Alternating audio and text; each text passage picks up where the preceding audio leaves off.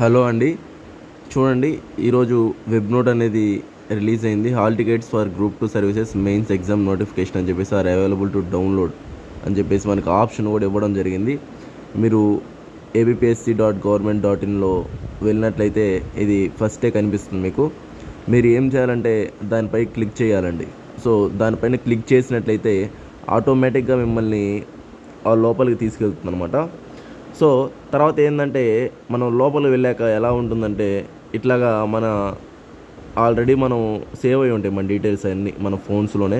So లేకపోతే save చేసి ఇచ్చి ఇక్కడ చూడండి, ఆల్రెడీ మనం ముందు హాల్ టికెట్స్, ఈ హాల్ టికెట్ కొత్తది సెకండ్ దాంట్లో వచ్చిందనమాట.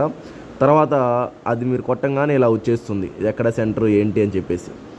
సో అవన్నీ చూసుకోండి. తర్వాత ఇన్స్ట్రక్షన్స్ చాలా అంటే తెలుగులో ఇంగ్లీష్లో నీట్గా ఇచ్చున్నారు. ఏమి ఇచ్చినారు సార్ ఇన్స్ట్రక్షన్స్ అంటే, హాల్ టికెట్ అనేది ఎంటర్ అయ్యేటప్పుడు ఒక ఒరిజినల్ వ్యాలిడ్ ఫోటోతో, అంటే అది ఆధార్ కానీ, పాస్పోర్ట్ కానీ, పాన్ కానీ, ఓటర్ ఐడి కానీ, లేదా గవర్నమెంట్ డ్రైవింగ్ లైసెన్స్ కానీ, గవర్నమెంట్ ఎంప్లాయీ ఐడి అని ఏదైనా ఒకటి ఖచ్చితంగా ఒరిజినల్ ఐడి ఒకటి తీసుకెళ్ళాలండి. తర్వాత ఏంటంటే మీ యొక్క హాల్ టికెట్ అనేది A4 షీట్లో కానీ లేదా లీగల్ సైజ్ పేపర్లో కానీ లేజర్ ప్రింటింగ్ యూజ్ చేసి నీ యొక్క ఫోటో బాగా కనిపించే విధంగా తీసుకెళ్ళాలని చెప్తున్నా. ఒకవేళ ఫోటో కానీ సరిగ్గా లేకపోతే ఒక 3 పాస్పోర్ట్ సైజ్ ఫొటోస్ కూడా మీరు ఎందుకైనా మంచిది తీసుకెళ్ళండి, ఓకేనా. అంటే మొత్తానికైతే ఒక ఒరిజినల్ ఐడి, 3 పాస్పోర్ట్ ఫొటోస్ కూడా తీసుకెళ్ళండి. తర్వాత చూడండి, ఇంపార్టెంట్ ఇన్స్ట్రక్షన్స్లో మీరు ఏది మార్క్ చేయకూడదండి క్వశ్చన్ పేపర్లో.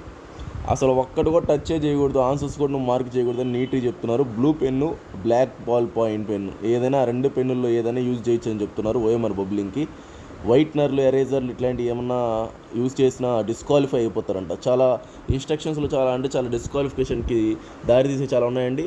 ఇక్కడ మెయిన్ 10th పాయింట్, ప్రతి ఒక్కరు ఏంటంటే క్వశ్చన్ పేపర్లు అన్నీ మార్క్ చేసుకుంటూ అన్నీ చేసుకుంటూ ఉంటారు.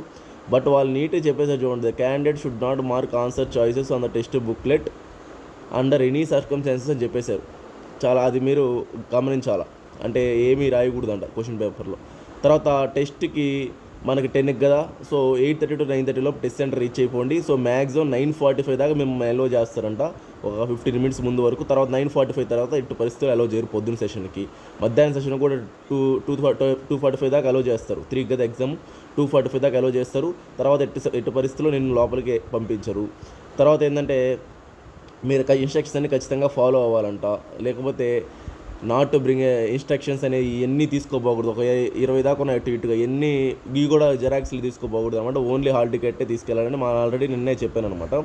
తర్వాత మీరు ఎనీ రౌడీ బిహేవియర్ అక్కడ టెస్ట్ సెంటర్ దగ్గర చూపించినా అది కూడా డిస్క్వాలిఫై చేస్తారంట. నెక్స్ట్ టాయిలెట్స్ అని చెప్పి మాటికి పోయేసి అక్కడ ఏమైనా మాట్లాడుతూ కనిపించినా, ఏమైనా చూసినా అది డిస్క్వాలిఫై చేయడానికి ఛాన్స్ ఉందంట, మాల్ ప్రాక్టీస్ లాగా. సో చాలా జాగ్రత్తగా ఉండండి. సో ఇన్స్ట్రక్షన్స్ చాలా నీట్గా ఇచ్చున్నారు. ప్రతి ఒక్కరు ఎగ్జామ్ హాల్ వెళ్ళి చూసుకోండి. నెక్స్ట్ మీ ఎగ్జామ్ హాల్ ఎక్కడో కింద నాకు కామెంట్ చేయండి, నా సబ్స్క్రైబర్స్. ఓకే ఫ్రెండ్స్, ఉంటాను, బాయ్.